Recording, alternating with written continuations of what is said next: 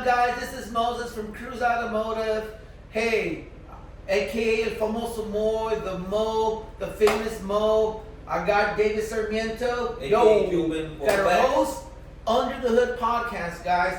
Just to clarify, if you look this up on YouTube, it's under Cruise Automotive, right? Yep. And then it's Under the Hood podcast. This is a podcast. Jobin and I, we're behind the screen. Episode 3, guys. This episode is going to be answering our second comment. We're so excited. We got people giving us feedback. The second one here. Shout outs to Jose Rodriguez. He is TMH Joker. Wow, that's kind of cool, man. We got people interacting, people giving us great questions. Another great question, absolutely. So this question was, one of his questions was, what is the difference between OEM and aftermarket?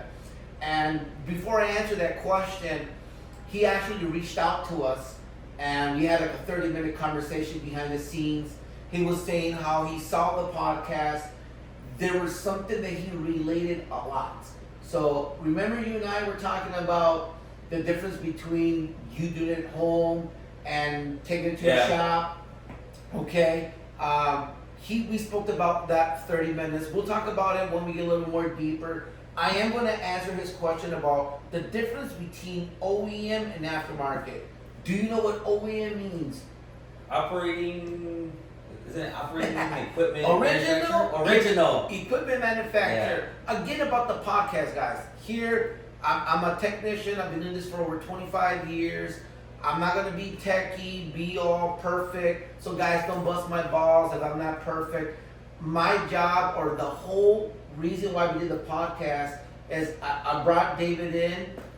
We both are in it together. I want David to represent everybody so he could understand, so everybody could understand. Because not everybody understands mechanical terms and big words, and people get overwhelmed, you know. Or you get that one guy like, what do you mean you don't know the mechanic and the torque specifications of a 5.3? Yeah, because I don't know that stuff, and that's hopefully what I'm trying to do is ask the questions that hopefully you guys would ask as well. Is I kind of understand what OEM means. It means the manufacturer's parts. Yeah. But you know what I mean? Like not everybody knows what the acronym. And a lot of these words, people will throw them out there when you go to a shop. Well, you want OEM or aftermarket, and you're like, what's aftermarket? What's OEM? And what exactly does aftermarket mean? Because does aftermarket mean cheap, or does it mean more expensive? Because I feel like sometimes you could go both ways, and you could go where OE or aftermarket means you're getting a cheaper deal with a lesser part, or you're getting this brand name whatever it is, brake shocks, and they're like King shocks, for example. Badass, right? Badass in the off-road community. You get OEM, which is your Fox shocks. You know what I mean? So, but then you can also go aftermarket and get, I don't know what Monroe. You know what I mean? Gabriel. Would that be less than your OEM? There's so much. There's so much to unpack. So, obviously, we've been here at the shop for over 2 decades. So over the years, we've actually had manufacturers come to the shop. So we do work a lot with Moog, like Federal Mobile. We used to do a lot with them, where they actually came into the shop, and when we bought our first alignment rack, they gave us like this deal. Hey, you buy suspension stuff, you know, we'll give you a deal, boom, boom, bang. Buy it through us, use our part, promote us. I learned a lot about the aftermarket world and the OEM world. So that is a great question. Is it cheap? Is it more expensive? Nowadays, I'm going to tell right now, man, they're very competitive. The dealerships, the manufacturers are actually very competitive with the aftermarket. OEM means the part from the manufacturer. So when your car was built in the assembly line, that part is specifically built for that car. Now, does Motorcraft make them? Technically, they don't make them. They hire a company to exclusively make them for them, but they got specifications. It's specific to your car, to their as its engineers. original state. Hey, I want this material to withhold this much, Yeah. this kind of rubber, this kind of material, this kind of metal. It needs to last this long. So they have expectations. Depending on the manufacturers, their expectations are really high, and some are like, if it lasts 100,000, that's the life of the vehicle. So I agree with, and maybe hopefully everybody comment below. What do you guys, all those technicians out there that you know what I'm talking about? Do you agree that OEM is better than aftermarket? I'm gonna talk about the aftermarket. Okay, so get a little bit. So OEM, remember, is the stuff that came from the assembly line that has the name of the company, Right. Motorcraft, right? Which is Yeah. FOMOCO, FOMOCO, Yeah. right? Then you got AC Delco, AC Delco, which right? is like GM, right? GM stuff, and then Hyundai's Hyundai, Kia's Kia, and so on and so forth, right? And they got their own manufacturers to their likings. Sometimes, years ago, it used to be very expensive. It used to be. Now, they're very competitive. Okay, aftermarket. What is aftermarket? What to you? What does it mean? To me, aftermarket means I am improving my car. That's how I always see it as if I'm doing aftermarket parts, then I'm beefing it up. Like my truck, if I put aftermarket struts or suspension, means I'm improving it. Right. But like I said, does aftermarket really mean better, or does it? So that is a great question. I've heard customers say the same thing. They think it's beefing it up.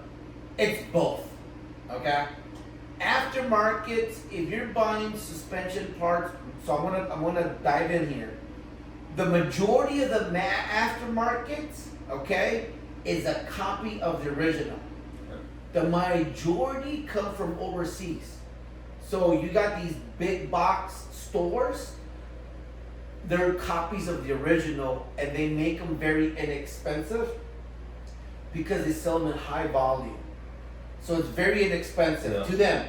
To them, it's like pennies on the dollar, and they can resell it to you. It's the reason why they give you this lifetime warranty. Oh yeah, lifetime warranty. Because it's so cheap. Yeah, $20 ball joint, it's lifetime warranty. Yeah, but you're replacing it every 2-3 years, every 6 months, because it's an inferior. It's not inferior. It's new. It's new. Just it's made and assembled very cheaply with the lowest bare minimum quality. Yeah. I'm gonna use my words. So it's not made to the same specifications. If there's a bar, right? Let's say OEM is the bar, right? Yeah. And then this is like the inexpensive aftermarket. There's rules, right? It needs to do blah blah blah blah blah. So the aftermarkets are like right there. They're in that gray area where it's profitable for them, right? And it's easier on the people. So when you walk into this big box stores, you're like, hey man, that guy at the shop is crazy. He's trying to screw me over. $60 for a ball joint. Huh, they're $20. Yeah. I'll go home and rent the tool and do it myself. I get it. That's cool, man. If you want to save money, I'm gonna say it again. Invest your money properly. Yeah. It gets expensive when you do it twice or 3 times. So if you did it in your garage at home and took you all weekend to do the ball joints and you spent $20, 8 months later you gotta do it again. 8 months later you gotta do it again. Or buy that nice OEM one. Or aftermarket also sells beefy stuff. Yeah. Okay? They do sell parts, these not original OEM, non-OEM companies, the same aftermarket companies make superior parts. Hey, we know what causes the failure in this ball joint. We're going to use these steel bushings, these brass bushings. We're going to beef it up. We're going to make it thicker. We're going to put inboard boots. We're going to use this certain grease. And you know what? We're not going to use no nylon. It's going to be all steel or whatever they recommend to make it outlast the original. So they're basically improving it, taking all the weaknesses from the original equipment. So Moog used to be this amazing company. They still are. Don't get me wrong. We've been having issues with them, and some stores are kind of dropping them a little bit. But when they were super strong, super great, they had this brand called the Problem Solver. I mean, they were more expensive than most aftermarket stuff, but it had a very great improved design, heavy duty design. Yeah. We would use that on the plow trucks. So it's here in Michigan, you see a lot of plow trucks. So these guys would buy the cheap stuff and it would only last like literally one season and they're over. So I got a customer, Tommy O'Connor, he knows what's up. Every season gotta spend $1,200, $1,300, $1,200, $1,200. It was like clockwork. Jeez. We used this upgraded version of the Moog on all his truck, lasted 3 seasons. Oh wow. 3 seasons, dude. That's awesome. Yeah, but that's a big he improvement. plows, he pulls trailers. I mean, this guy He uses it. beats the shit out of it. Yeah. Where Moog's like, it's lifetime warranty. Once you pay for the part, you get the parts for free. Just pay the labor for it. Yeah, which is a great investment on his end. Obviously, if you don't beat up your stuff that bad, It'll last. I mean, it'll last triple that, right? Or double that. I guess. Again, if they have grease fittings, make sure you grease the fittings every time you do. Well, I mean, you still gotta do your maintenance. Maintenance stuff. You gotta do the grease and all that stuff. So aftermarket has pros and cons. Yep. So again, OEM's original manufacturer. The company doesn't technically make them. They might have other factories they work with. Now, this is a good one here. Don't be scared. Some of them do work with China. Some work with Taiwan, and so on and so forth, or in Mexico. Okay. It doesn't mean that it comes from there. It means they're built cheaply. No. China's known to make, China, Mexico, and all the other countries are known to mass produce everything, right? The thing about it is that their labor is so inexpensive. So it just gets assembled there. They get built and everything and shipped here. It's so cheap out there. They could do everything and bring it here, which is sad. I mean, we should keep that stuff here. But anyways, the whole point is that if they ask for a certain specification, they will build you a high quality product. They will.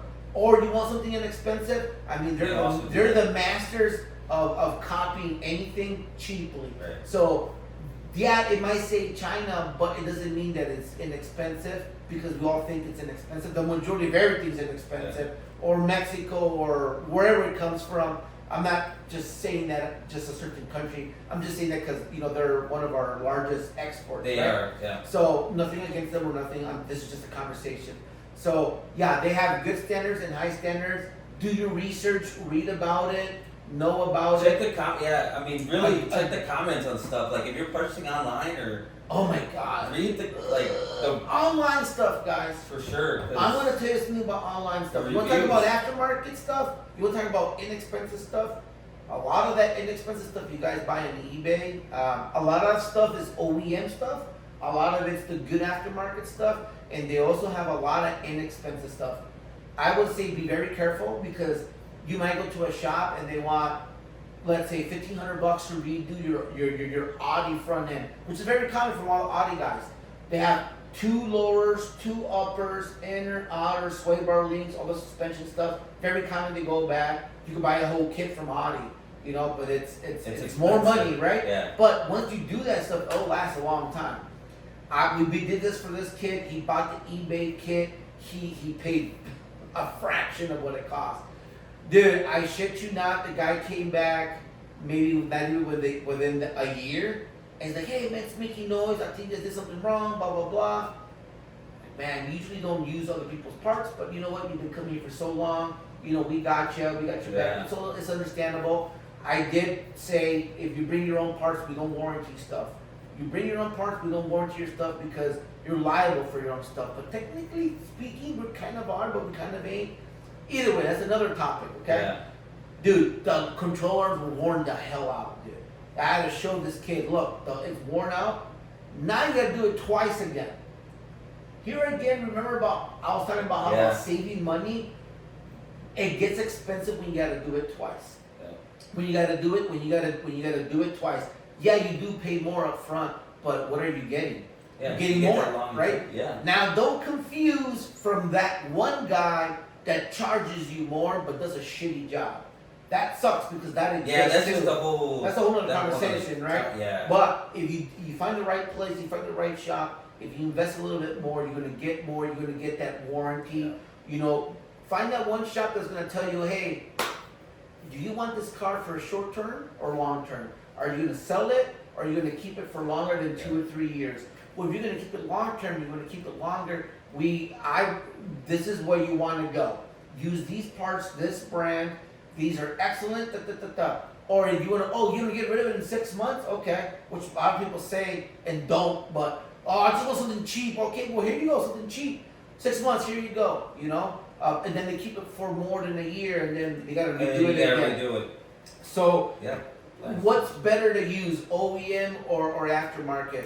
We use a little bit of both, actually, because a lot of the big box stores are using original manufacturers. Really? Yeah, dude. Shout outs to Advanced Auto Parts. They use AC Delco stuff. I can't believe they stock AC Delco stuff. Yeah. AutoZone, shout outs to you guys, are stocking AC Delco stuff. Holy smokes. And you know what? It's competitive to their aftermarket stuff. So, as far as like performance of your vehicle, right? Would it be better just to keep everything original? Absolutely. So if you want your vehicle to perform like how it came out from the assembly line, I mean, obviously nothing beats OEM, right? It's gonna feel just the way it was. Or you buy that really nice aftermarket version where it's equal to or improved design. Yeah. So there you go, right? Now, does it feel different from the less expensive aftermarket? You have fitment issues because it's a copy of the original. Right. So sometimes this little piece might be sticking out more, or the bolt's not exactly centered like it used to. It's like little things that we notice. Yeah. And then when we put in the alignment rack, we really notice. So I was gonna ask that. So, like, let's say I guess suspension comes to my head, right? It's saying like you went something other than whatever your car came with from the line. Yeah.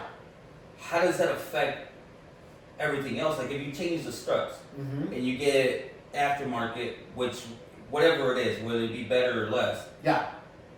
How does that affect like when it comes to your tire wear, your brakes? Everything. So the original manufacturers, when they build the vehicles, they got this game plan, a blueprint of the vehicle. So the shocks were built a certain way, certain valving, the way they wanted to feel a certain way, right? Yep. Because that's how it was designed to do so. If you put a inferior, inexpensive shock you buy on the internet that was like $30, it's not gonna last long.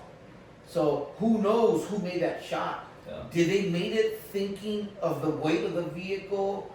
Did they made it thinking about the wear and tear, the longevity? No.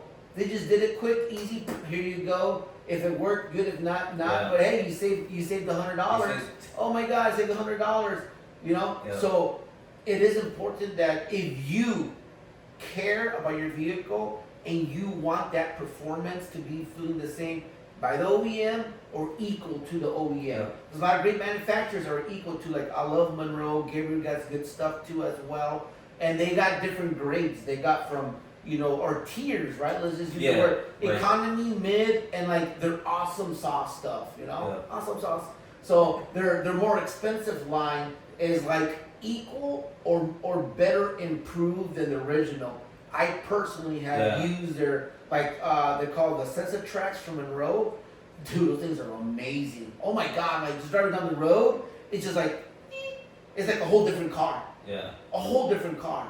So what does that mean? Well, your braking's improving, your ride is improving, better. Everything's better because it's a better product, right? If you get the original one, you'll get the original feel.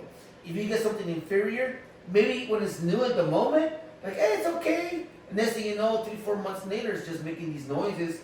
And basically, by inferior, you're gonna how as a consumer, how can we tell? Just by price, basically, or that's a great question. You can't always base it on price because there's stuff that is really expensive and sucks, and there's stuff that's inexpensive and works better than the more expensive stuff. Right. So it's hard to say that the price, right? Usually, if you pay more, it's a better quality part. The way you would know is like just doing your research, right? Like, hey, I want to put shocks. How much does the original one cost? Right. They cost this much. Well, who else sells them? I think they're kind of expensive. Like, let's say, hey, let's Google Monroe. Monroe shocks, and then they'll tell you like this is this one, this Yeah. was this one, Look at this one's the reviews. improved. These ones are less expensive one. It's at where it needs to be at. The mid one's a little upgrade, and our premium is like improved design, Yep. lasts longer, dual valving, gas charge, nitrogen charge, super thicker shock that's gonna outlast the tube's original thicker, one. yeah. That's amazing stuff, man. Yeah. Are you gonna notice the cost difference? Yes, you are.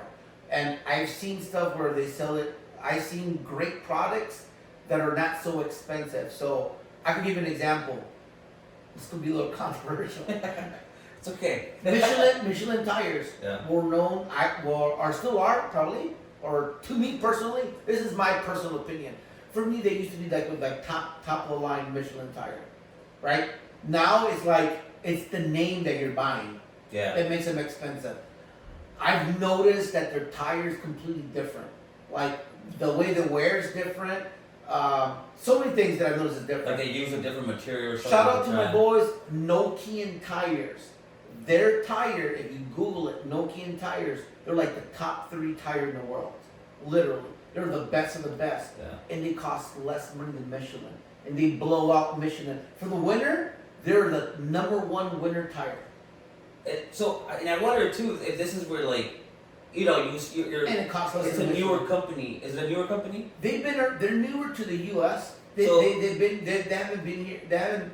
When I mean newer is like they've probably been probably here in the U.S. Right. It's not like a name like a known name like It's Goodyear. it's not like Goodyear or those bigger names Yeah. that they've been here since day one. And it's not like Henry Ford day one. I almost feel who's like been those around, are like when you start off. Yeah. You start off and you want to make a name for yourself. Let me tell you how badass these WG Ford Nokian tires are. They're used in the state trooper vehicles Yeah. here in the east part of the country. Dude, it is like the only snow speed rated tire that they use. they use. Dude, they're phenomenal. And They're awesome. then, when have you seen like a trooper slide or? I mean, The reason why they use them is because they're so superior. You can do fit. I don't have the exact stats. I'll make a video more about the exact stats just about Nokian tires. We love Nokian tires. We were selling them, probably like 13 years ago when they're not very well known, but they had this phenomenal tire. We loved it. We've been with them ever since. We are a authorized Nokian tire through them. And I'm telling you right now, they're getting big, man. do they range from like your sports tire? I mean, they got all those Yeah. tiers like sports, They got- off-road. Yeah, they got tires based on your vehicle. So you have an SUV, they have an SUV tire. Yeah. Oh, Tires One is called. Tires One is one of their 80,000 mile tire. That's the one that I know that they could go up against the Michelin The tire. best. Dude, anytime, and they're less money with a way better product. That's what I'm talking about the whole shock thing. Yeah. Not because you pay more means it's better. Right. So like Michelin's a big name. So I mean, that's people what pay technician, top I guess, dollar. right? It's like Nike. Nike Yeah. is a brand. You pay for the brand. Yes, you do. Did you know like how much does it actually cost to make that shoe, and then how much you pay for it here in the U.S.? Yeah. Kind of Michelin tire, you pay the name. Nothing wrong with Michelin. Michelin are great. You guys are awesome. I get it. I'm just based on our stuff that we see here. Again, it's my opinion. I'm not shitting on anybody. It's just an opinion. We're just having an Yeah. open conversation. Yeah. But I love Nokian tires. Cooper tires are great too. Cooper tires are awesome as well. Their CS5s. Their AT3s, AT4s. I mean, they have amazing tires. But yeah, I mean, I'm just saying that for the money, I could spend less money and get a better tire. That's all Yeah. I'm saying, hands down. And if Nokian and Michelin want to get at it, And as a consumer, that's what you want. That's what I want. I want a better tire and a so like better price. yeah, so like a lot of push Michelin big, like oh Michelin. You could be like, oh, he's just pushing Nokian because of Nokian. No, dude, we buy Michelin tires too. Yeah. Let me tell you something, guys. Let me set this straight. We love Michelin tires. A lot of customers ask specifically for Michelin tires. I got a lot of customers that just want Michelin tires. Go ahead, Yeah. we sell them to them. We do offer like like hey, you want this one? Nope, I just love Michelin, and that's all they want. And that's cool and all. Yeah. Like my brother-in-law Nick, all he's have is Michelin tires, and he's noticed the same thing that we've noticed. that They've been degraded. the tires inside get severely cupped, and the tire gets heat cracks very easily. Like after a year or two, they got a lot of heat cracks, Wow. and it's like, what the hell? Like, what happened? Like, Es- why? Especially, So I don't I'm know. assuming he's always ran it for his, right? Yeah. So he knows. His truck got 380,000 miles. He's been through, I don't know, 4 or 5 sets of Michelin. Yeah. In the last 2 sets is when he noticed it. And he noticed it, and I'm like, dude, you should have bought the Nokins. I was trying to tell you, but he couldn't believe it until actually he bought the set himself. He also has another vehicle that he put on and noticed the same thing. His friend has a Honda Odyssey, had the same similar issue. He was just blown away. He's like, how? Well, he thought that we didn't balance the tires correctly. Or there's something that, or thought maybe they had a suspension problem. Like, nah, bro. Look, It's just your tire. and here's the alignment. When it first came in, it's all green. The alignment right now is all green. This is just, I don't know if it was a bad batch. I don't know if they changed the formula. But don't get me wrong, like Michelin makes some badass sport tire. Yeah. Dude, like they make some like those Michelin pilots, freaking amazing. They got great tires too. So I'm just saying this particular model of tire was having issues. Yeah. And the topic was paying more means getting more or a little Not less. necessarily, right? Not necessarily. It just all depends, you know. So look at reviews. Basically, look at reviews. Ask your Look tech. at reviews. Ask your tech. Ask your shop. Again, it's like I said it again. You know, find a great shop. Make a good connection with them. Just have that connection. You know, and make sure he knows your vehicle, knows up. And then once you trust the guy or whomever you're going with, him or her, you know, they could, you know, guide you correctly. Yeah. Hey, you know, in our shop we've had great luck with this tire. Oh, amazing! Sell me those. You know, because we've been seeing a lot more of these. Well, sell me these or whatever. You know, or whatever suits your budget. Hey, when you're looking for an economy tire, hey, this is like kind of the best one. Oh, you want a mid-grade tire? Well, this is kind of the best one. Hey, you want a premium tire? This is like the most top seller. Well, it goes back to like it depends on what you're doing, right? Yeah. Like, what are you gonna use this tire or this part for? Yeah. Like that scenario you said about the guy with plowing.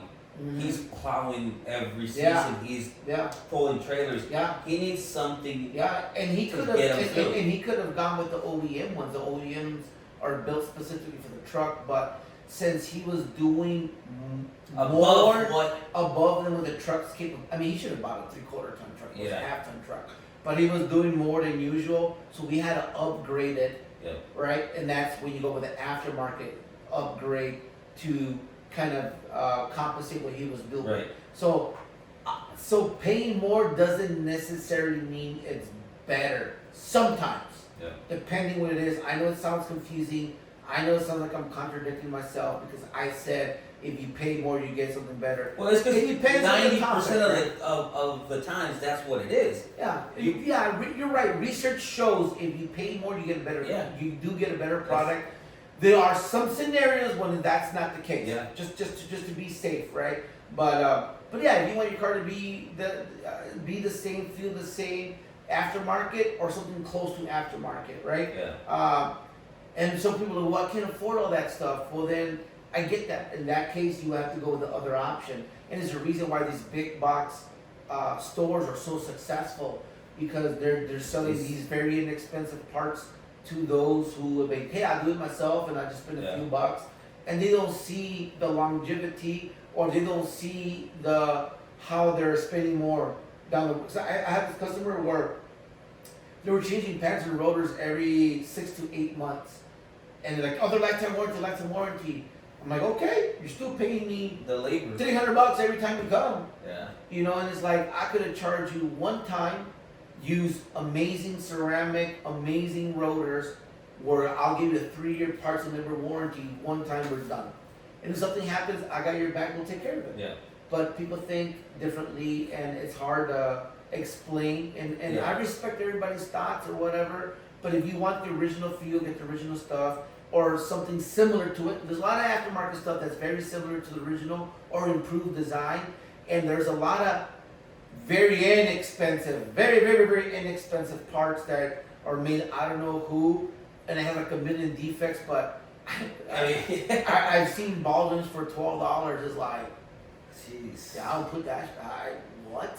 Yeah. You know, and then that's just my opinion. I guess if you're like driving like a mile a day. Do your research, You know what I figure mean? what you buy. I know people think, well, I bought it on the internet, it's cheaper, Moses. And we put the O2 sensors on, and then like 2-3 months the light comes on again. Well, your sensor's bad. Yeah. Oh, well, why? I bought it brand new. Yeah, you bought a new, inexpensive, off-brand. Doesn't even say what. Doesn't even have a brand name. Yeah. So like, you know, if it was a brand name, like if you buy Bosch, NTK, Delphi, like if you buy a brand name and it costs less on the internet, then that's a good buy. Yeah. You know what I'm saying? Yeah, and then there's scenarios, there's times where that happens, where you get a good then deal that makes sense. on Like, a brand name. if you buy AC Delco stuff and it's like 20% less on the internet, awesome, because it's an internet price. I'm assuming this guy doesn't maybe have a physical store, or their overhead's less, or it just they make more money selling stuff through the internet than having like a store. But it does, so the price, you're right with the price, because there's some like people that buy, like even when you go to the dealer. For an example, this is a Yeti, right? Yeah, but You go to Dick's is what, $100? Let's just say, right? All right. But if I find the same cup, same Yeti, same everything, and it's $80, take it. Yeah. it's the same thing. It's an internet deal.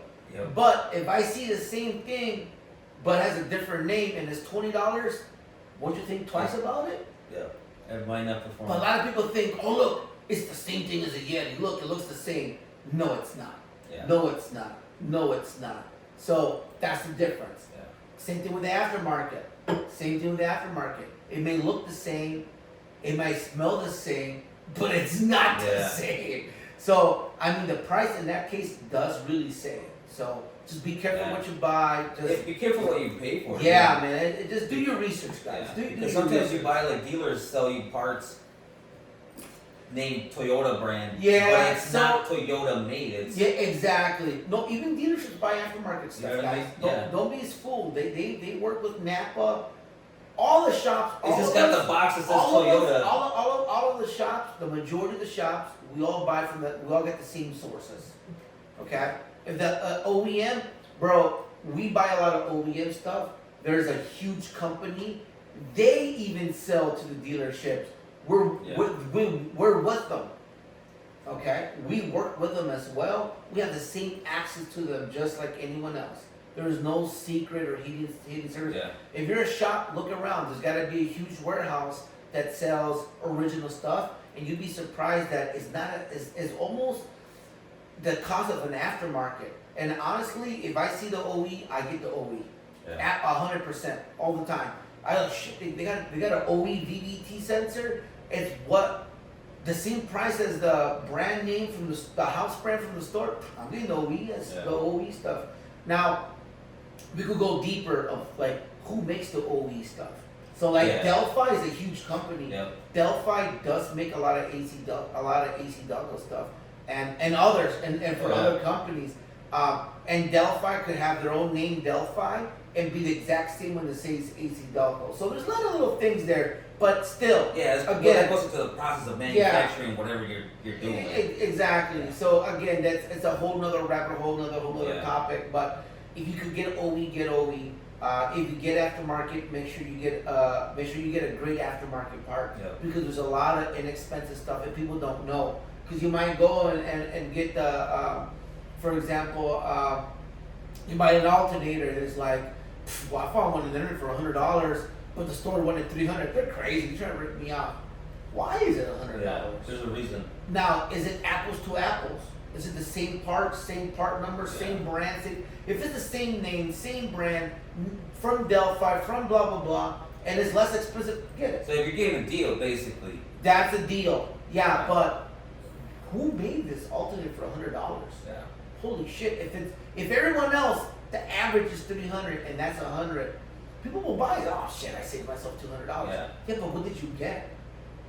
They're not gonna last long. And then people think, well, it's new. It's all the same. It's not the same. I feel like, especially like with your vehicle, you don't want to play with that kind of stuff. You know what I mean? It's not the same. There is a difference, bro. Yeah. It's built differently. The materials differently. The brushes, the wiring, the all the electronics are different. Because everything, especially cars nowadays, everything runs on electronics. Yes. So that thing's dead. You're dead in the water. Yeah. Exactly. Like, just because you save $200 now, you're stuck somewhere. Well, now you gotta get a tow truck. Now you gotta because now you can't start it at all. Again, right? Yo, I mean, that You're thing's done. done. It's done. You're So done. again, it's a great idea. Find a great shop. Make a good. I hate to repeat myself because you're never gonna say me. We're the best. Rule number one: never talk shit about. I never talk shit about anybody in our area, in our field, in our industry. I never talk shit. Hey, if you had a bad experience, you know what? I'm so sorry you had a bad experience. You won't have it here. Let's do what we gotta do so you don't have that bad experience. And we're gonna jump about bad experiences from Joker. He asked about. He heard one of our of other podcasts. We're talking about how cars are different, more electronics, how he requires more tools. And 20 years ago, because he was doing an alternator on his van. 20 years ago, the average person could buy a Craftsman kit, and you could literally tear apart the whole engine, rebuild it, put it back together with a 1/2 inch 9/16, 5/8, 3/4 inch socket, and in and out. Yep. You know, that's what you needed to get stuff done. The alternator was like 2 bolts and a fan belt, yank it out, and a 10 millimeter 3/8 bolt power, a little connector, and you're done. I mean, it was just common sense stuff. Like if you're mechanically inclined, you know, just here, I could do it in my house. You know, weekend warrior shit. Now, the computer controls the alternator. You guys know that? The computer controls the alternator. There's sensors. There's a sensor on the cable that knows how much load amperage, so it controls the alternator when to activate it, when to deactivate it, and how much. Also, it's not constantly running. No, it's not constantly running. The computer monitors that on the newer vehicles, a lot of vehicles. So you could think your alternator is bad, but maybe your computer's bad. Or maybe it's not the computer, maybe it's the wire. And maybe it's not a power, maybe it's like a data signal. Maybe it's a ground. So there's a lot of complexity stuff that's different. And back in the days when you work in your own car, shit, you could fit inside of it. Yeah, you had all the room in the world. The engine bay was now the engine bay is so tight she didn't know what to start. I remember we could just sit in there and work on it. Where now you can barely. And I know a lot of guys love working on their own cars. That's awesome. I love that. Hey man, we're all in it together. Yeah. You know, we're all busted knuckles together. That's amazing. If you have that investment of all the tools, because you need a lot of tools investment. If it's your own car, I mean, you could buy tools just to fix your own car, right? You know, but when you do this for a living, we work with different models. It's a huge investment in tools, and people don't see that kind of stuff. But he saw the podcast about how we're talking about bring the car here, we'll take care of it, build a relationship, have a good relationship with your technician, and he's like, it took me the whole weekend to do the alternator, and I was listening to your podcast. I'm like, this son of a bitch was kind of right. You know? It's like I didn't have the right tools.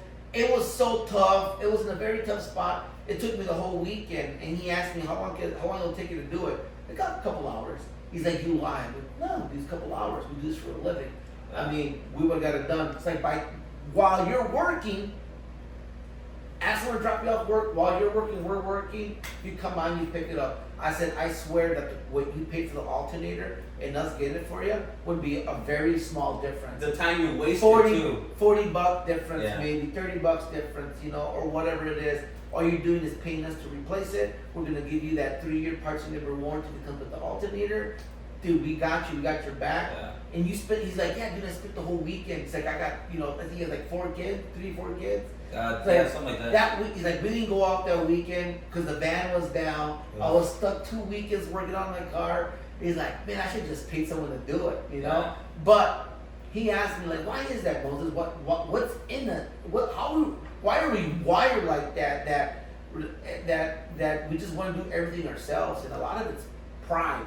You know, you're prideful, like, I'm not going to let no other man or I'm not going to let no other mechanic work on I can fucking do it, right? You know, like I get that, you know, and a lot of it is like maybe we saw our dads do it, you know, or grandparents do it. And I think we're naturally tinkerers, right? Yes, definitely. I think so too. And the problem is you don't think about like even me, like I'm still stuck basically back in the old days. You know what I mean? Yeah. Yeah, like you pull an alternator. Oh, I can do this real quick. Yeah. And then you go in there not knowing the complexity of this other new vehicle because you're like, it's an alternator. How bad can it be? Yeah. Right? Yeah. And you're like, I can do it. I work with, I use tools. I do this. Yeah. And then you get in there, you're like, oh, I gotta tear apart all this to get to this part. Yeah. Not, you know what I mean? Because we don't do this every day. Exactly. You don't. Yeah. How many times have you changed the alternator on that van? Yeah. This is probably the first time you did it. Probably. You know what I mean? Yeah. So it's like you go in there and you're like, but it's because we're naturally wired because he's a tinkerer himself. Oh yeah, he's a CNC You know what I mean? machinist. I mean, he's great what he does. So And yeah, it was easy for him to be like, get in there, I'm gonna do it because it's in him, you know. Yeah. And but I like the fact that he's like, because we had like a 30-minute conversation about it. He reached out to us, and we had a 30-minute conversation about it. And he's like, yeah, I kind of relate it. It's like, you know, I spent the whole weekend doing nothing. It's like, I could have just had someone do it, you know. And I'm like, that's man, thank you for sharing the story, you know. And it's great because I love to hear that other people can understand what I'm trying to say. I'm not trying to say just go to a shop. I'm not saying that. I'm saying that if you do go to a shop, how to find somebody, how to have a great relationship with them. If you could do it, I love the fact that you could do it, dude. That's more power to you. Like that's awesome. That's amazing. That's great knowledge. Wow, dude, that's amazing. Like if I knew how to do, you know, this office, I didn't build it. I didn't know where to start. I hired someone to do it. Could I have done it myself? Yeah, I could have. You know, I got, you know, common knowledge. I could have probably done it myself, but it would have took me 4 or 5 times longer for me to do it. I would have to invest it. This guy came and did it in a weekend. Yeah. Like, well, because you don't have all the tools that you need. You're like, oh, okay, and he knows, like, he knows the separation between this and this, where you want the window, this window goes through this window. This, like, he knew all this shit, and I'm like, it would take me forever to figure it out. Can I do it? I think anybody can do it. Yeah. Now, how well will it come out? Like, I don't know. Yeah. You know? And then it's not like I do this every day. Right? So for me, it was not, I mean, I think about it again. Do I want to do it myself and then pay someone to redo all my work again? Yeah. And then I'm going to be controversial on my own shit that I say about do it once, do it right, and all this other stuff. Hey. So just pick this guy that did it. You know, the guy's a professional. He knew what's up. Came, get it done. How much is it, sir? Thank you so much. He did a great job on the walls. I didn't ask for nothing perfect, but I asked him, hey, I want it done right. I want it to fall. I want it to be everything to whatever the regulations are. Yep. I want to be safe, man. You know, so he did it. He did it, and it is a small little podcast. And that's the thing too, is being safe, right? Because like sometimes you do it yourself, and you're like, okay, I got this, but then you didn't know this bolt was supposed to be torqued. Yeah. So. Yeah. Or if you're taking off this wire and not knowing there's power, and then it hits something, then it blew up a fuse and it burnt something else. Or do you know that which wire to take off? To take off the power, take off the ground. Now, if I take off the battery, do I have to? Does my radio take a code? What happens to navigation? Hey, after I took off the battery, my car runs different or it shifts different. Little things do happen all the time. We see them all the time. But yeah, I mean, it was a great conversation I had with Jose, with Joker. It's crazy how things change because remember, even my truck, the battery died. Yeah. And then we put a new battery in it, and the heaters were all weird. Yeah. So you change your battery, and what happens is that's because you have the dual zone. Yep. You have to recalibrate. Yeah. With the climate control. Yeah, you're right. That's a good one. Yeah, and some of them do. Like if you take off the battery, like a lot of the Euro, like Audis and some other American vehicles or domestic vehicles, if you plug the battery and let's say you don't know, you just take it off and put it on your own, like it's easy. It could also cause idle issues. It idles too high, it idles too low, or if you give it gas, it won't go because it unlearned the throttle position. So now you have to go and take it to a shop and use a scan tool and just relearn all these modules again. That's insane to me. Because you didn't even take a battery saver. And some junk box, because of the connector that goes where you check the scanner at, the OBD2 connector, where it keeps voltage, so it keeps everything alive while you change the battery. So read the procedures how to do it because it's not like your 1980, 1990, or even early 2000 cars We just remove it, replace it. Yeah, because before you used to grab this battery from this cup, throw it in the other one, and you're done. Yeah, a lot of things has changed. I know a lot of people don't want to admit, but things have changed, and we know it's changed, and we have to stay within time. It's definitely getting harder for the weekend warrior for the weekend mechanic to be like, all right, I'm gonna do this because, I mean, in that I wasn't even trying to change the battery. You know what I mean? That the battery died, so we had to replace it. No, and we see that a lot too. So like, I want to say 40% of our work that we get at the shop is what we call rework, or what I mean about rework is 40%. Research shows 40% of our work that comes in is they took it someone else and didn't do it properly or wasn't the right thing, and we got to redo it again. Right. And customers hate that, and I'm like, it's not me.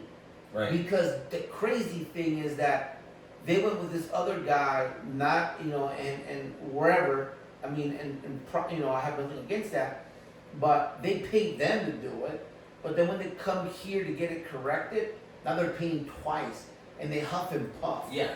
Like, look, lesson learned, now you know that if you go here, or it's gonna happen. You know what I mean? It's gonna happen. And you learn one way or the other. Yeah. I mean, I get it. And then again, I love everyone that's doing it on their own. That side hustle stuff. Man, you do what you gotta do. Yeah. I have nothing against that. I think that you're doing something. Yeah. I mean, you could be doing other shit, but you're out there working. Dude, props for you, man. Just pay attention. Just do things right, because there's a lot of. I'm not gonna say a lot. It sounds bad. There's a few bad apples out there that is bashing our industry, and I'm gonna say it again.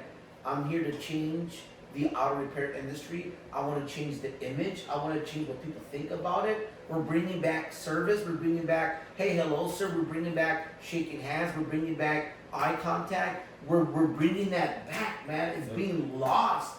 I've gone to other places just to feel and experiment. Bro, they're pissed off. Like, they're just like, how can I help you? Yeah. Oh.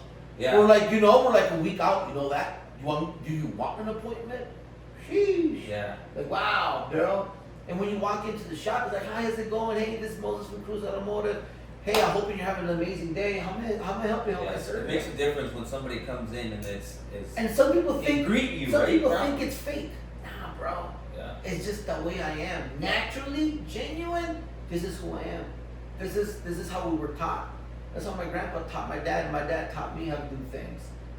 Old school, however you want to call it. I don't care. But dude, respect. It's just being very respectful, right? Like, you talk to somebody. Respect is universal, Yep. and I think it's universal, and everybody deserves it. If you come in for a service, you want that attention because you're paying for that service. And that's what you want. You want somebody that's willing to help and wants to help, basically, right? Yeah, exactly. Because if you're, and that's what I never understood. It's like, if you don't like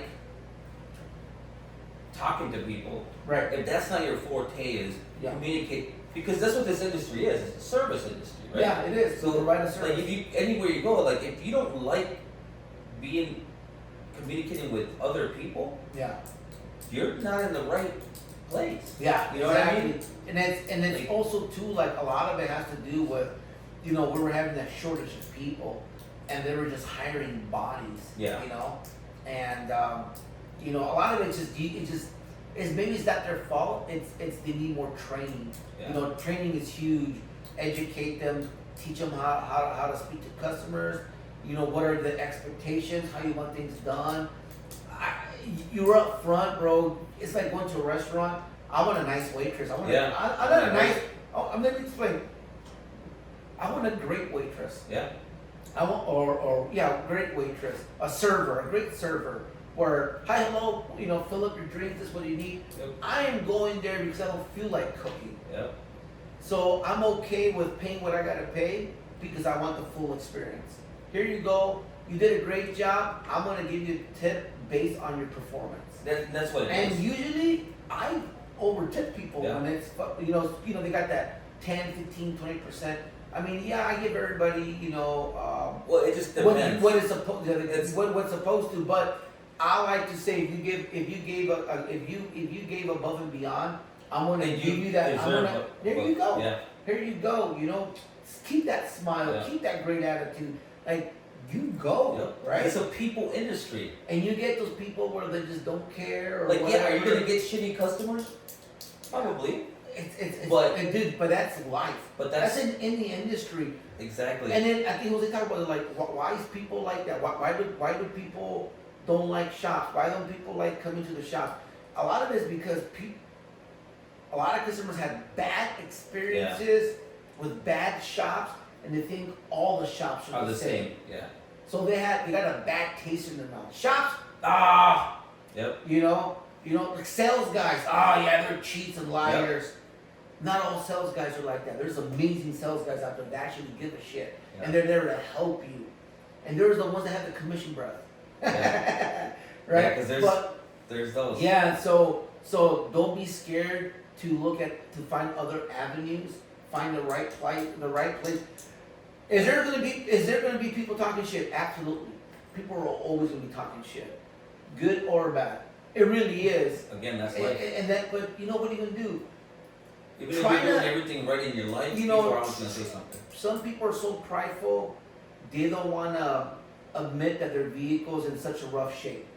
No, there's no way. I got pictures and videos. Yeah. Well, I think you're full of shit. I don't know how I got pictures and videos. Well, I went to my other mechanic, and my mechanic said it's a perfect machine, and I wouldn't drive shit cars. I don't think the problem is. I think the problem is who you're taking it to. Yeah. Because does your guy take pictures? Does your guy take videos? Did this guy brought it in? Does your guy have a hoist where he can raise it up and did a full blown inspection and say it's leaking from everywhere? Yeah. The only thing great about the car is the paint job, but the motor's knocking, it's ticking, it's blowing, it's burning oil, it's leaking oil, it's leaking transmission fluid. Your axle shafts are blowing up, the ball joints are done, the inner tires are done.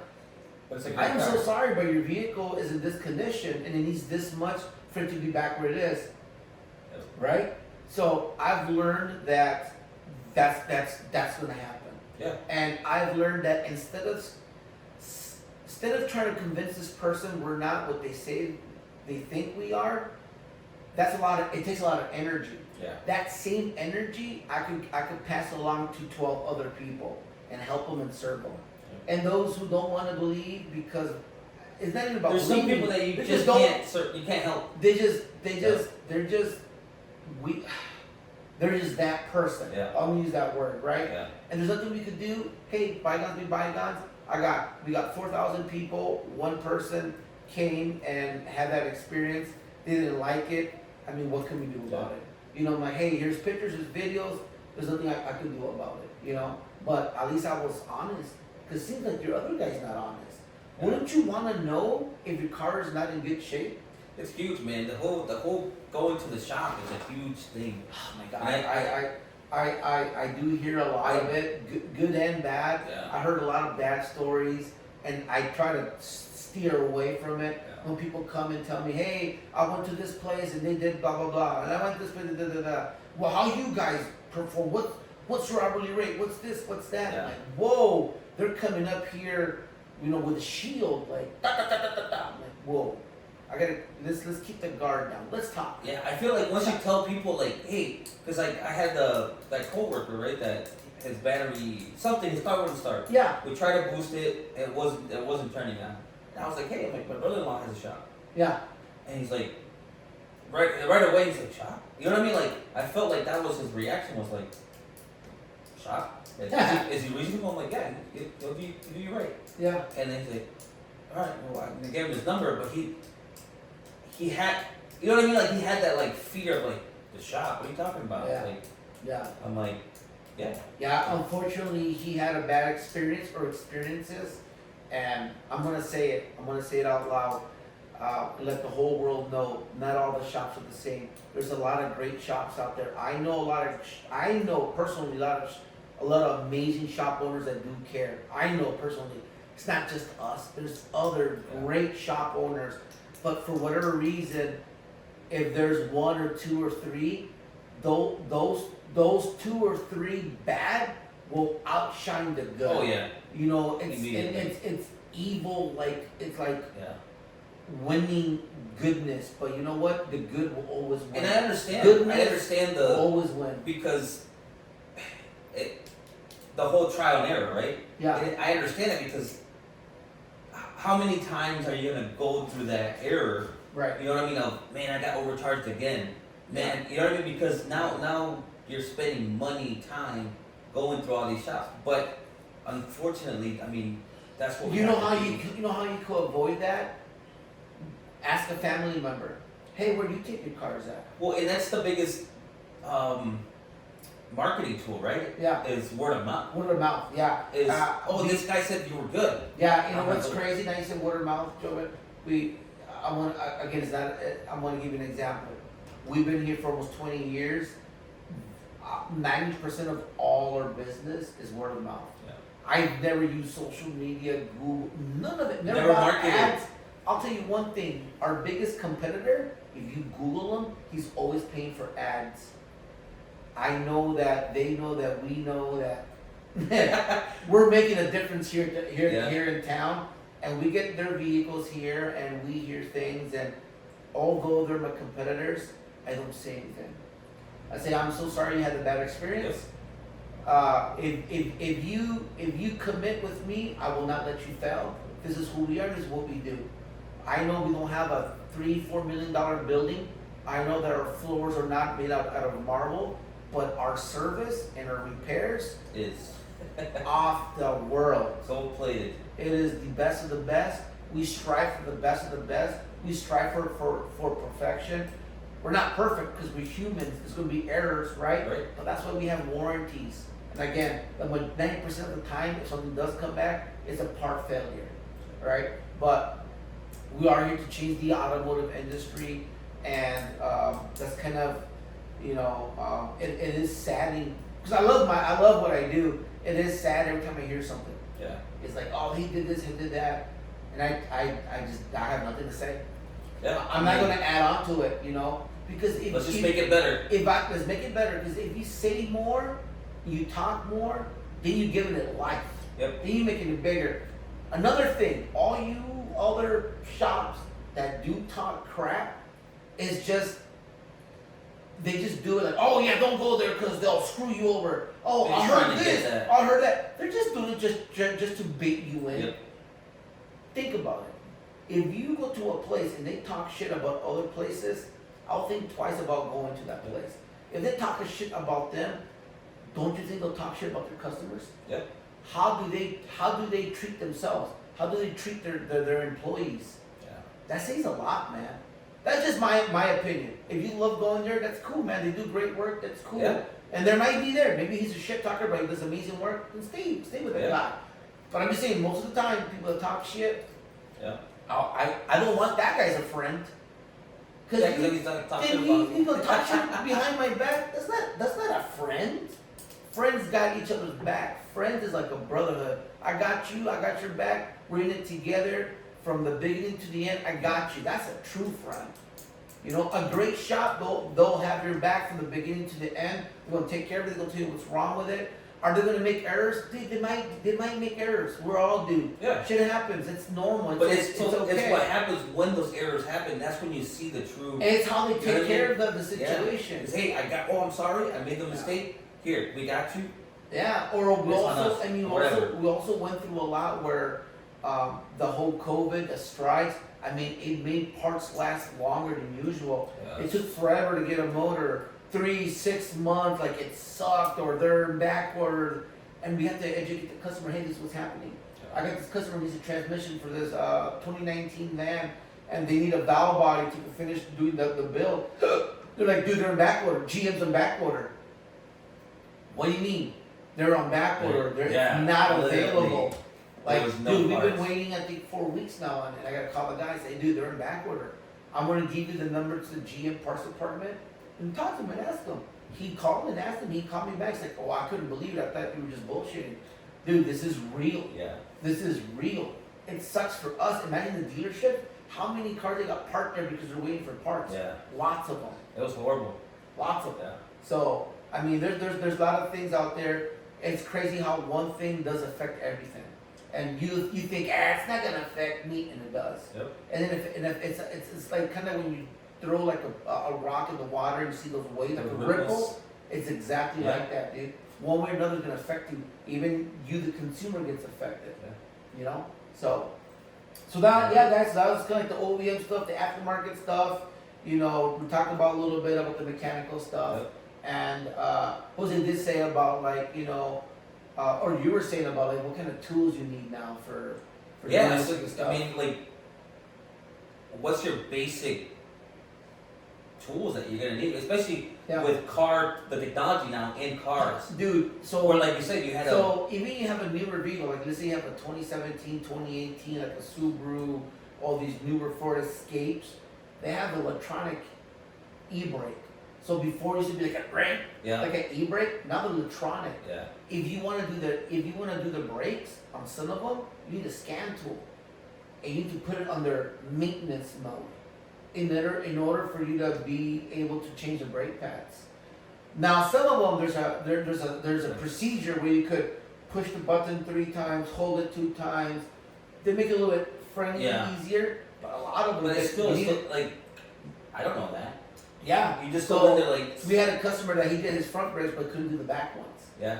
And I'm like, well, you know, it's gonna be this much, and then we have to go to service mode, it's gonna be a little bit more. It's like, yeah, I know. Like, what do you mean you know? Yeah, I was trying to push it back, but I noticed that they're electronic.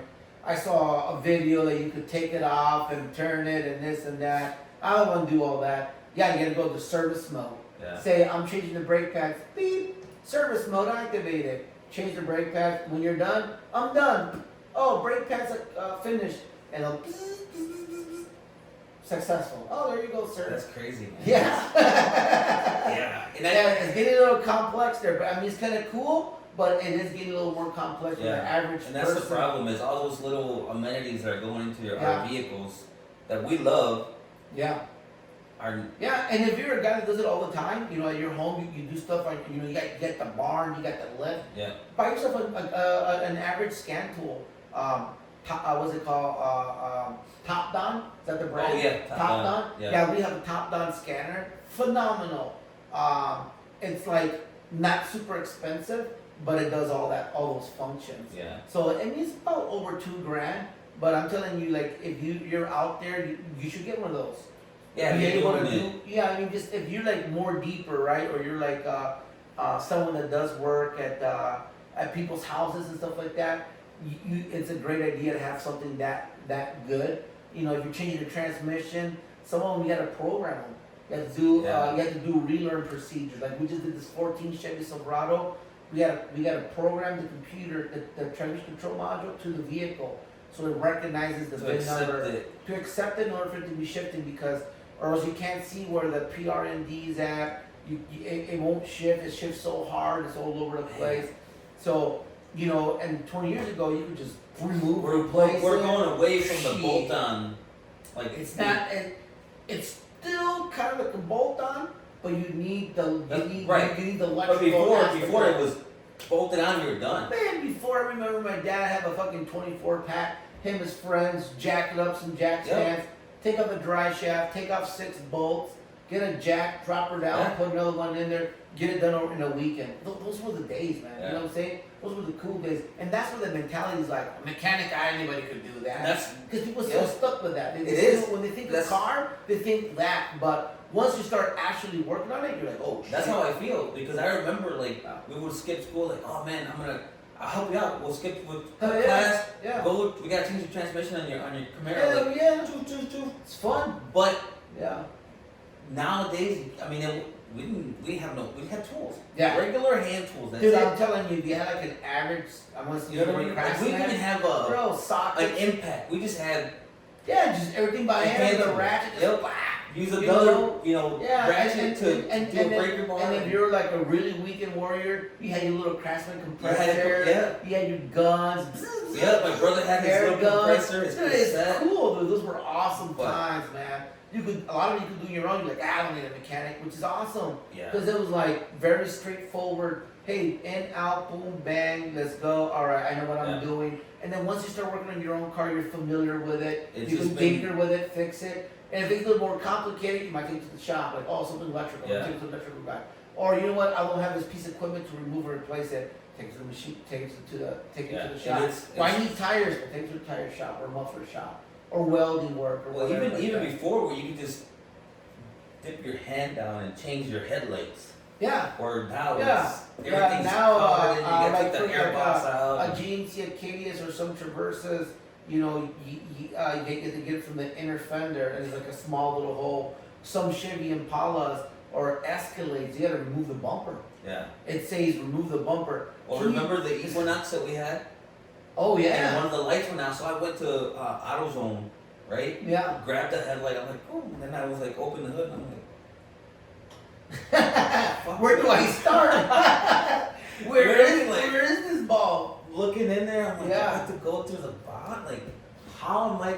Yeah, it's And I just brought it. I brought it to you. You're Yeah. like, I'm gonna take the front off, and I'm like, it's a whole different ballgame. What? Even changing a light bulb is complex on some vehicles. It's it's crazy. It's like why, you know? But some like some type of like some vehicles don't have dipsticks. You can't check your own Yeah. fluid. You gotta buy a special dipstick or take it to your nearest shop where they have those dipsticks so you can check you it. can check it. Oh, you have to wait till it reaches 160 degrees in order to check the proper level, and it has to be level. Or some of them you need a scan tool, like, oh, it's there, okay, it need, boom, just to get your fluid checked Yeah. out. You know, they're removing all the easy stuff. So I don't know if they're doing that because a lot of people were mixing fluids and causing bigger damage. It could be that, or they're wanting to take it more to a Go towards the dealership. tech instead of Yeah, and it's like, and I don't know, like for example, like farmers are amazing mechanics, you know, they do a lot of mechanical they do stuff, everything. gears and chains, and it's amazing how they're mechanically inclined, and you know, these newer John Deeres, you know, they're very electronic, you know, like they gotta call John Deere to bring in, you know, their people with their electronics to do their diagnostics. Yeah. They're so complex, you know, where the farmer feels like, well, I used to work on my own shit. Like, why do I gotta call Okay. you to do this? But John Deere's like, well, these are the reasons why. I'm gonna get into it, you know. But it's just an example Yeah. of how. So then, you know, even the older tractors for them were like, I could build my motor. I could Yeah, change the PTO. I could do my hydraulic hoses. Oh, I could weld the You dump. can do everything I could yourself. do this, and they had their own little workshop. Now these newer John Deere's is, you know, $1 million piece of equipment. You know, they're like, I could do it. Yeah, you gotta call John Yeah. Deere. Yeah. They gotta go in there, and Yeah. you have to pay them. Slowly. They got all the electronics, and the farmers are very mechanical. They're getting frustrated too. Like, man, this sucks, man. Why do I have to call you guys to do it? What's the complexity? Well, I want to buy one of those scan tools. Yeah, we don't want you to damage this $1 million, you know, machinery. It takes a specific guy to all this Well, training. yeah, Are then they right you or buy are the they wrong? scanner and then Are they right or they You wrong? do it. Comment down below. What do you think about that? Should John Deere allow these farmers to gain access so they could do it on themselves? Or you think John Deere is kind of right of them having their own trained guys to service the farming equipment on the tractors? It's a great question. Comment below. yeah, Know because you anything can't even about take it to like a. I mean, I don't even know if there's like Yeah, a you should- general dealership, They do. So a general but mechanic shop. there for is, tractors. there is. So, but you usually go like this. An example, if you buy a New Holland, you go to New Holland, right? Yeah. If you buy John Deere, you buy. There's actually one right there on M40. So you go to the dealers. John basically Deere, they have yeah, they have all the equipment. They Yeah. specifically only them. So like, but yet think about it, dude. Like, you're just $1 million equipment I stuck, mean, stuck in the that's- middle of the field. I mean, what's it gonna cost to get it towed or whatever the Yeah. hell there? That's why you gotta call somebody because it's usually something electrical.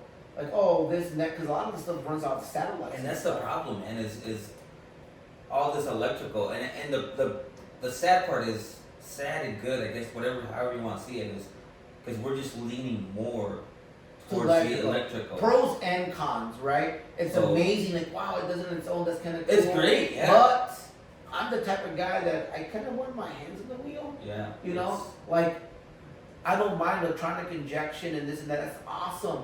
But why not make it where the farmer's able still to To work wrench on it? Yeah. Like, hey, well, I own, you know, so many machines. I own so many farms. I want to make the investment of buying this diagnostic tool, train myself so I can work on my own tractors. Yeah. Unfortunately, we're. But again, I'm talking like a gearhead. What do you call it though? We're victims of our own success, right? Because now we're improving. So they're improving that tractor. Like now it can go straight and it'll guide you where, how often to cut or whatever. Yeah. But you pay the price. Yeah, and it's pros and cons. Like for John Deere, it's awesome because now their service is like. Because the inside of those things are like, it's insane. Dude, have you ever been inside of them? It's insane. Like so those combines. went to this turkey farm. They got one there, bro. It's heated. Got AC. Got music. I mean, they're phenomenal. It's I feel like it's when we were kids and we like dreamed of this cockpit. Yeah, that's what it is. And if you and John Deere, like you guys make amazing machinery. When you see them in real life, like right there, face to face, or machine to face, it's humongous, and it's amazing. Very impressive. Wow! Yes. Like look at the big wheel. Look at the engine. Look at everything how it spins. Like all the engineering and the mechanical and everything that went into it to make this machine. To make everything work seamlessly together. Phenomenal. Dude, it's amazing machinery. Like, dude, thumbs up for John Deere. I love their products. I love their stuff too. So they do have amazing stuff. Yeah. So definitely. But yeah, that's kind of what it is. Same thing with electronics. Even the farmers are going through some tough times with this new stuff. So. Everywhere's seeing this stuff, you know. How do you guys feel? I want to see some comments, see how you guys feel, especially now going to all electric vehicles and stuff like that. Where do you guys fall on that? What do you guys comment? How do you feel about full electric? What do you feel about hybrid? And what do you feel about gasoline or diesel engines? Comment down below. Like, what do you think? Diesel's that's a whole nother thing too. I feel like diesel's a whole nother machinery. I love diesels. The great torque vehicles. They work with diesel. They got no spark plugs. Obviously, they work with high compression. They got the pros and cons. You know, just like anything. But yeah, I mean, they're amazing machineries. Down here they use those big diesel motors. It's to make the sound of the engine, oh my god, is like music to my ears, bro. It's just like wow. I could probably sleep just listen to it. That's your white noise. It is just amazing. I just love the sound of machinery, gears, it just love it. And all you gearheads too, I know you guys love it as well. Or the roar of a V8, you know, a cam. It's like the smell of exhaust, you know what I'm saying? Smell of exhaust. Oh, man, like when you're or I'll say the best smells for me is like when you're tearing apart an engine and when you're taking off the main bearings, like holds the crankshaft, that smell of that oil. Oh my god, bro. It's that aroma like that. Kind of like the burnt but not burnt. Metal, oil smell is just phenomenal. I love it. People like gas smell too. People like love. Gas, I like gas smell. Oh man, like the smell of gas is like So good. It's everybody has their little thing, but yeah, for me, I love that so much. So, but I think we hit everything. Please follow us on our Instagram. Follow us on our YouTube. Comments, everything you want to ask. If there's topics you want us to talk about. We're gonna talk. We're gonna say more. Again, I'm Moses from Cruz Automotive. David Sarmiento. Hey, I got your back. Thanks for watching, guys. Thanks, guys.